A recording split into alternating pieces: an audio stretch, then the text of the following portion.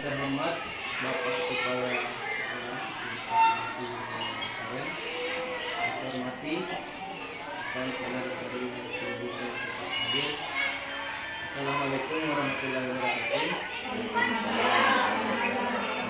Syukur alhamdulillah untuk kesempatan ini masih diberi kekuatan kesehatan sehingga kita bisa hadir di tempat ini, di mana kita akan melaksanakan kegiatan yaitu aksi nyata. Jadi tak lupa pula kita kirimkan salam kepada junjungan Nabi Muhammad SAW, Nabi yang mulia Muhammad. Ya baiklah, jadi saya berdiri di depan Bapak Ibu sekalian bukan berarti saya menggurui Bapak Ibu atau saya lebih bagaimana pintar dibanding Ibu, karena memang ini merupakan tugas saya di pelatihan guru penggerak calon. Jadi di sini dikatakan diseminasi, berarti saya menyebarluaskan informasi terkait apa yang saya dapat di pendidikan guru penggerak terkait dengan budaya positif. Jadi budaya pasti kita tahu sekalian dulu apa itu budaya, ya. Jadi budaya itu adalah kebiasaan kita. Jadi kebiasaan kita yang biasa kita lakukan yang bersifat positif. 30 detik dengan hitungan 1, 2, 3, 4, 5, 6, 7, 8, 9, 10, 11, 12, 13, 14, 15, 16, 17, 18, 19, 20, 21, 22, 23, 24, 25, 26, 27, 28, 29, 30. Oke, terima kasih. Jadi sebelum kita memasuki baiknya kita, jadi saya ambil satu contoh menghargai siapapun yang menjadi pendengar yang baik.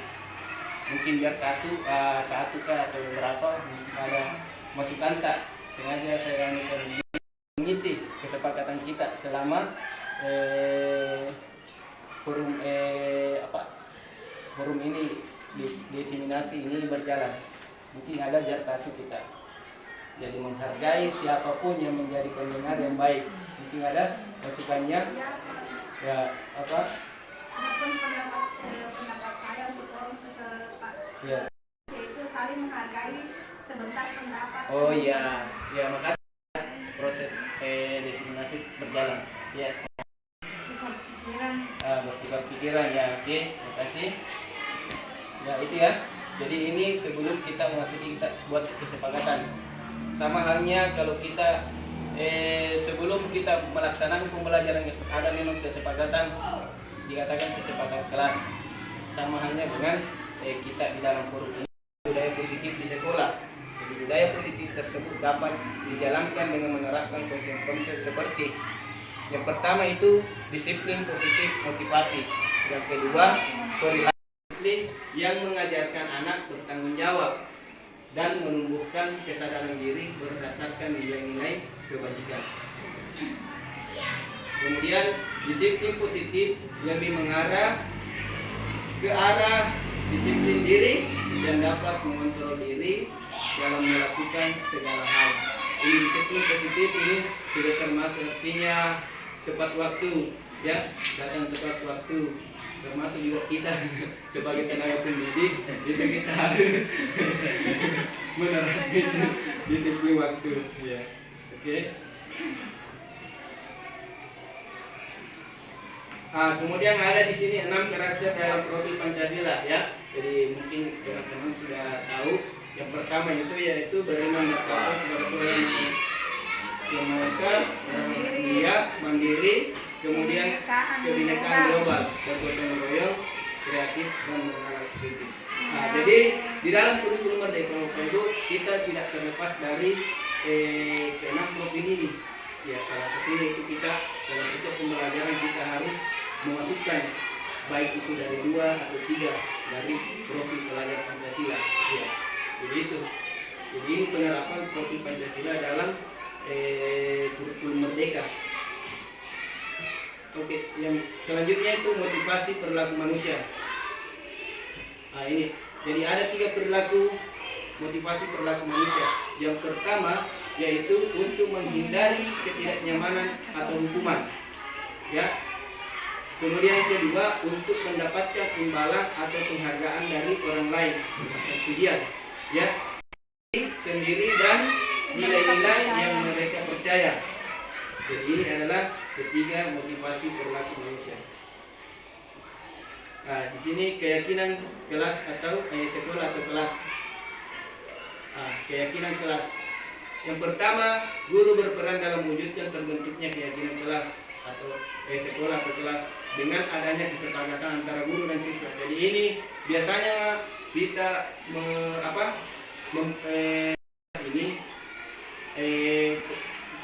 pada saat tahun ajaran baru sebelum kita memulai proses pembelajaran, baiknya kita membentuk keyakinan kelas. Oke, sebentar saya tentang sekolah keyakinan kelas. Jadi keyakinan kelas ya ini. Yang pertama, setiap anggota kelas perlu yang pertama belajar, ya. Kemudian senang. Ketiga, melakukan tugas. Jadi ini saling menghargai. Jadi ini sudah mencakup artinya aktif pembelajaran. Ya, jadi itu anak-anak artinya juga dalam hal pembelajaran dia harus juga artinya merasa senang dalam pada saat proses. Ya, kemudian melakukan tugas. Ini mengumpulkan tugas itu sudah masuk mengumpulkan tugas tepat waktu, mengerjakan tugas tepat waktu. Kemudian saling menghargai. Ya, saling menghargai baik itu terhadap guru ataupun terhadap teman-temannya. Kemudian merasa aman. Anak juga harus merasa aman. Karena ketika terjadi itu artinya anak tidak merasa aman. Ya. Kemudian senantiasa menjadi diri terbaik. Menjadikan diri sebagai yang terbaik, ya, terbaik di dalam kelasnya. Kemudian percaya dan menghormati. Ini harus saling percaya dan harus saling menghormati orang lain serta barang miliknya. Ini bukan kita ambil saling menghargai terhadap orang, dan ini kita ambil juga terhadap barang miliknya. Biasanya kan ada anak-anak yang artinya tidak jujur, tidak percaya atau menghormati, kan biasanya dilarang mengambil itu tidak dilarang mengambil punya teman tanpa memberitahu. Itu kan terlalu ya, redaksinya terlalu panjang. Jadi makanya di sini percaya dan menghormati itu sudah mencakup dari kesepakatan yang dibuat tadi itu. Jadi selain dari orang lain itu juga terhadap dengan barang miliknya. Ya, itu. Jadi kemudian berkomitmen terhadap setiap tugas. Ini sudah masuk. Senantiasa membantu. Kemudian hormat. Kami meyakini bahwa sangat penting untuk menghormati semua orang dan barang milik orang lain. Gitu. Kemudian bekerja. Kami meyakini bahwa sangat penting untuk mengerjakan segala pekerjaan, mengumpulkannya atau mengerjakannya. Ya, kemudian berikutnya screening. Ya, bisa kita berdiri. Ada saja tepung motor. Jadi pertama tepung motor. Neng. Oke. Kasar. Ya, menghadap begini. Ya. Tepung motor. Neng. Tepuk dulu. Neng. Oke. Ya, ulang ya. Kita ulang. Neng. Mereka gagal memenuhi kebutuhan dasar mereka. Ada ini. Kemudian kasih sayang dan rasa diterima. Kemudian penguasaan. Keempat kebebasan dan kelima kesenangan. Jadi ini kebutuhan dasar manusia. Harus makan supaya hidup. Ini ya, saya ambil contoh studi kasus. Jadi ini studi kasus di kelas bukan sesuatu temannya juga takut melaporkan karena diancam. Tetapi teman lainnya yang melaporkan anak tersebut bernama Nanda Akila yang sering makan dalam kelas pada saat proses pembelajaran. Kemudian pertanyaannya, Jika Anda menghadapi situasi seperti Pak Jalil, apa yang akan Anda lakukan? Ya. Kemudian menurut Anda, kira-kira apa alasan Anda Akila melakukan itu? Ya. Tidak mengulangi lagi. Ya, gitu ya. Oke, menurut Anda, kira-kira apa alasan Akila melakukan itu? Nah, di sini jadi terkait tadi 5 kebutuhan dasar manusia. Inilah yang akan kita bahas tentang alasannya. Alasan pertama Akila, karena dia lapar dan lupa sarapan sebelum berangkat ke sekolah. Kemudian orang tuanya juga tidak menyiapkan bekal untuk makan siang di sekolah. Maka kebutuhan dasar yang berusaha dipenuhi oleh Akila adalah pertama. Kemudian yang kedua, karena dia merasa senang temannya jadi memperhatikan dia. Ketika temannya melaporkan tindakannya itu pada gurunya dan gurunya memberitahu orang tuanya, sehingga orang tuanya jadi memperhatikan dia. Maka kebutuhan dasar Akila yang dipenuhi adalah. Kemudian yang ketiga, karena temannya jadi takut dengan dia dan memenuhi keinginannya, maka kebetulan Akila sedang berusaha memenuhi kebutuhan dasar kekuasaan. Ya, karena ini temannya karena rasa takut karena diancam, karena dia yang berarti dia berusaha memenuhi kebutuhan dasar akan kekuasaan. Artinya kejujurannya di situ. Yang kemudian yang keempat, karena dia juga merasa bosan. Ini alasan keempat ya. Alasan keempat, karena dia juga merasa bosan dengan bekal makanan yang disiapkan oleh ibunya dari rumah, karena ibunya selalu menyiapkan bekal yang sama. Oleh karena itu, dia ingin mencoba makanan temannya. Maka Akila sedang berusaha memenuhi kebutuhan. Mamanya. Kemudian yang kelima, kesenangan. Karena ia merasa iseng saja dan menikmati makanan yang dia simpan dalam laci, walaupun pada saat proses pembelajaran masak, dia sesekali masukkan tangannya di dalam laci meja, dan menurut dia itu sangat asik. Dia sangat asik. Tidak mengambil makanannya baru makan lagi tuh, merasa asik dia rasa. Maka berarti dia sedang berusaha memenuhi kesenangannya. Bermain sambil main. Anak biasanya sering anak-anak biasa itu merasa asik ya, artinya merasa senang kalau seperti itu. Kecuali dengan belajar di luar bisa saja sambil mendengarkan musik sambil Iya, main. gitu. Jadi itulah tadi mengapa ya, kebebasan kemudian kesenangan itu terpenuhi semua dengan alasan yang dibicarakan tadi. Kelima alasan tersebut. Oke. Sekarang kita masuk di posisi kontur atau Jadi kira-kira kita berada di mana? Iya. Tadi. Ini tadi dari Apa ini dulu ada pertanyaan tadi Pak. Iya. Muncul pertanyaan tadi. oh iya. Muncul tadi.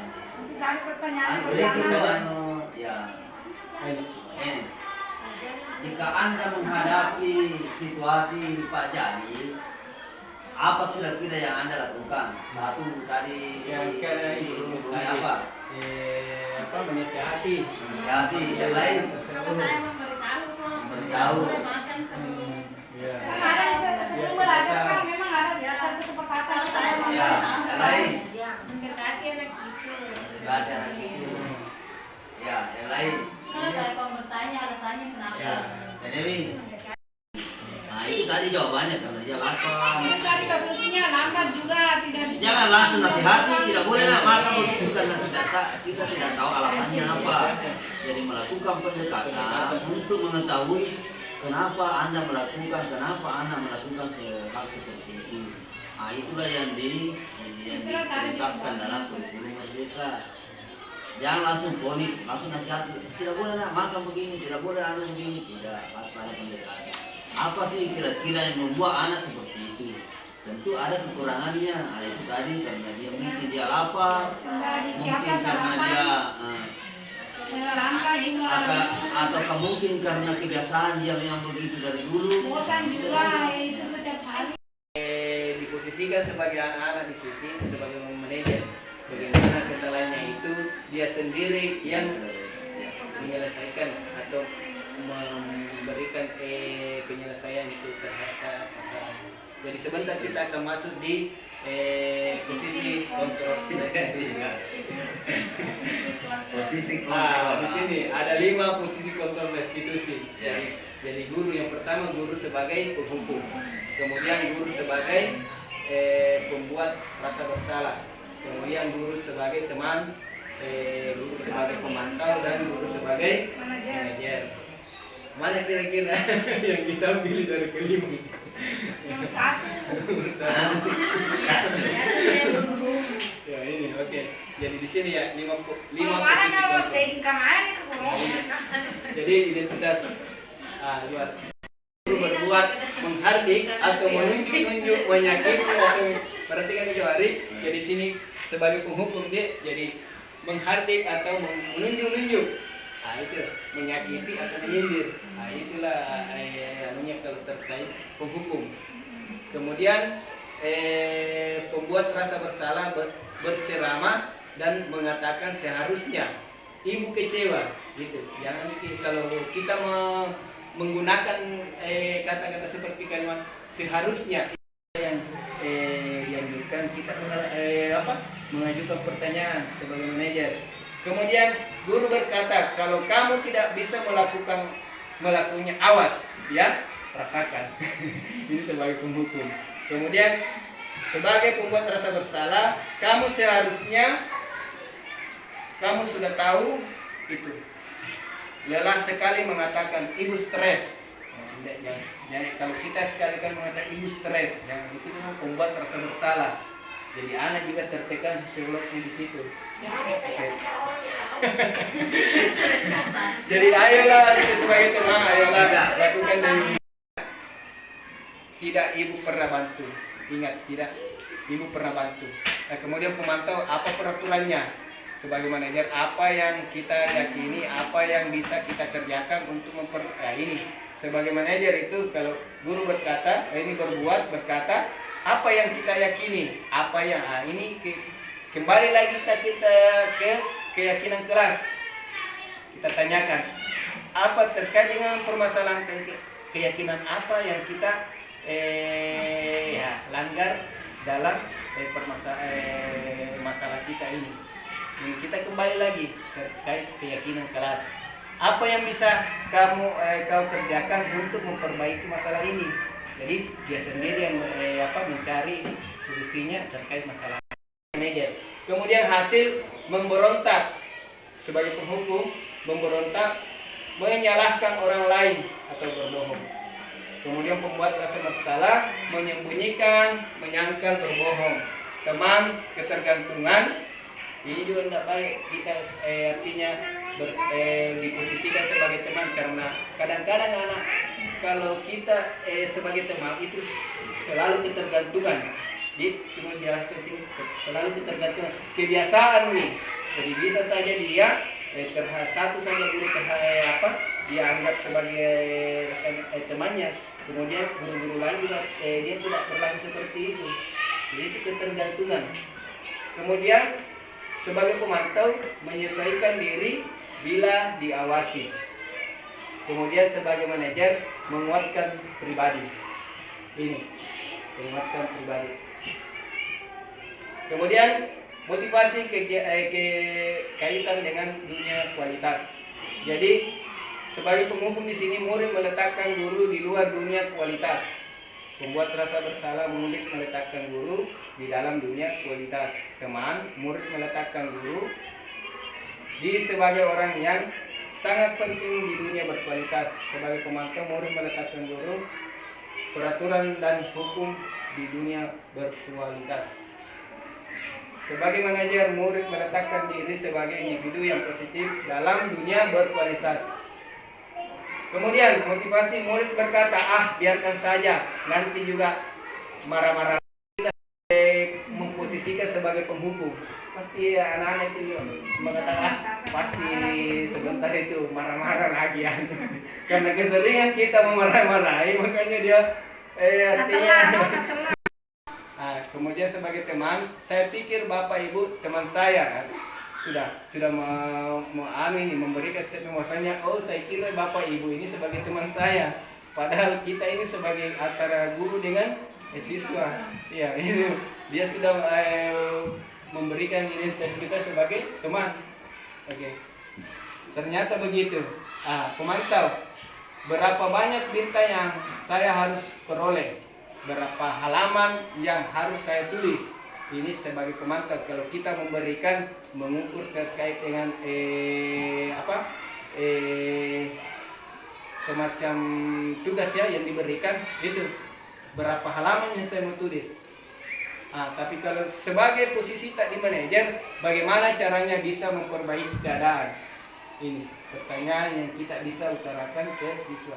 Bagaimana caranya saya bisa memperbaiki keadaan? Ini murid yang berkata, murid yang berkata, bagaimana cara saya bisa memperbaiki keadaan? Ya, karena kita itu mengajukan pertanyaan sebagai posisi sebagai manajer. Dampak pada murid, penghukum mengulangi kesalahan, pasti ya ulang-ulang. Ya, kalau kita memposisikan kita sebagai penghukum, kemudian membuat rasa bersalah, merasa diri rendah diri, kemudian sebagai teman lemah, tidak mandiri, selalu tergantungan. Kemudian sebagai pemantau, menitik beratkan pada sanksi atau hadiah untuk dirinya. Kemudian sebagai manajer, mengevaluasi diri, bagaimana cara memperbaiki diri. Jadi ini memberikan pertanyaan dan memberikan masukan untuk mengevaluasi dirinya. Gitu. Posisi kontrol restitusi. Jadi di antara kelima posisi kontrol tersebut, sebaiknya seorang guru menggunakan posisi kontrol manajer. Jadi yang saya katakan tadi, kita tempatkan sebagai manajer. Posisi kontrol restitusi. Sebagai manajer, guru berbuat sesuatu bersama murid, mempersilahkan murid bertanggung jawab dan mendukung murid agar dapat menemukan solusinya. Yang saya jelaskan tadi, ya, itu dia sendiri bertanggung jawab perbuatannya, kemudian dia sendiri menemukan solusinya bagaimana. Cuma kita sebagai fasilitator memfasilitasi anak-anak untuk bisa bertanggung jawab dan menemukan solusi. Kemudian selain itu, posisi manajer mengacu pada restitusi yang diri murid. Segitiga restitusi. Tahapan segitiga restitusi adalah yang pertama menstabilkan identitas, kemudian validasi tindakan yang salah, yang ketiga menanyakan keyakinan. Menstabilkan identitas. Menstabilkan identitas dilakukan berdasarkan prinsip bahwa membuat kesalahan adalah bagian dari proses pembelajaran yang nantinya akan menggeser identitas yang gagal ke membuat hal yang manusiawi. Ya, tidak ada manusia yang sempurna. Kita pasti bisa menyelesaikan permasalahan ini, Bapak Ibu. Tidak tertarik untuk mencari tahu siapa yang benar, siapa yang salah. Bapak Ibu lebih tertarik untuk menyelesaikan masalah. Ya. Kalau kamu menyalahkan dirimu sendiri terus menerus, apakah kamu bersikap baik pada dirimu sendiri? Nah, itu pertanyaannya. Kemudian validasi tindakan yang salah. Jadi validasi tindakan yang salah dilakukan berdasarkan prinsip bahwa setiap perilaku berupaya memenuhi suatu kebutuhan tertentu sehingga guru atau orang tua akan bergeser dari pemikiran stimulus. Respon menjadi proaktif serta akan lebih mengenal dan mengakui kebutuhan murid atau anak. Tindakan validasi tindakan yang salah. Kamu pasti punya alasan sikap berusaha menjaga sikap itu, tapi tambahkan sikap yang lain. Nah, selain dari umpama bahwa tidak tanpa bisa, ya tanpa disuruh. Nah, jadi butuhkan tanpa kita cuma memfasilitasi, artinya memberikan dorongan kepada anak-anak. Bagaimana saat nanti kita buat keyakinan, ya keyakinan. Artinya kapan anak-anak melanggar keyakinan itu, itulah kita restitusi. Ya, kita posisikan di mana kita punya posisi untuk menyelesaikan permasalahannya anak ketika dia. Jadi seorang guru yang baik harus memberikan kemampuan dalam mewujudkan budaya positif di sekolah. Budaya positif tersebut dapat dijalankan dengan menerapkan konsep-konsep seperti yang pertama, disiplin positif, diseminasi. Jadi di sini katakan diseminasi, seperti saya menginformasikan kepada teman-teman apa yang saya dapatkan di pendidikan guru penggerak.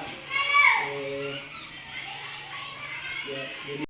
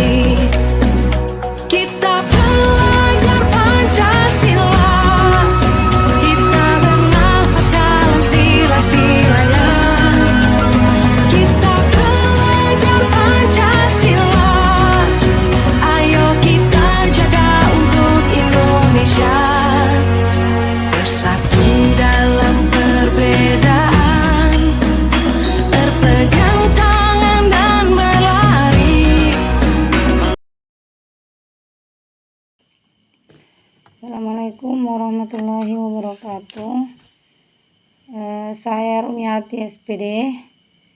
Saya teman sejawat Abdul Jalil J, CPG Angkatan 10 Kabupaten Bone. Saya akan memberikan umpan balik terkait tentang pemaparan materi yang disampaikan oleh Abdul Jalil J. Sangat menarik. Alhamdulillah, karena saya mendapatkan banyak ilmu terkait dengan penerapan budaya positif di sekolah yang terkait tentang kurikulum merdeka, dan mudah-mudahan Abdul Jalil J bisa lagi memberikan ataukah menyampaikan ilmu yang lebih menarik lagi. Sekian, assalamualaikum warahmatullahi wabarakatuh. Warahmatullahi wabarakatuh. Nama saya Kaisatul Azifa, kelas 4 SD Impres 1279 Gataran. Saya bersama Bapak Guru telah membuat keyakinan di kelas. Saya merasa senang dan tertantang untuk menerapkan keyakinan kelas tersebut. Sekian dan terima kasih. Assalamualaikum warahmatullahi wabarakatuh.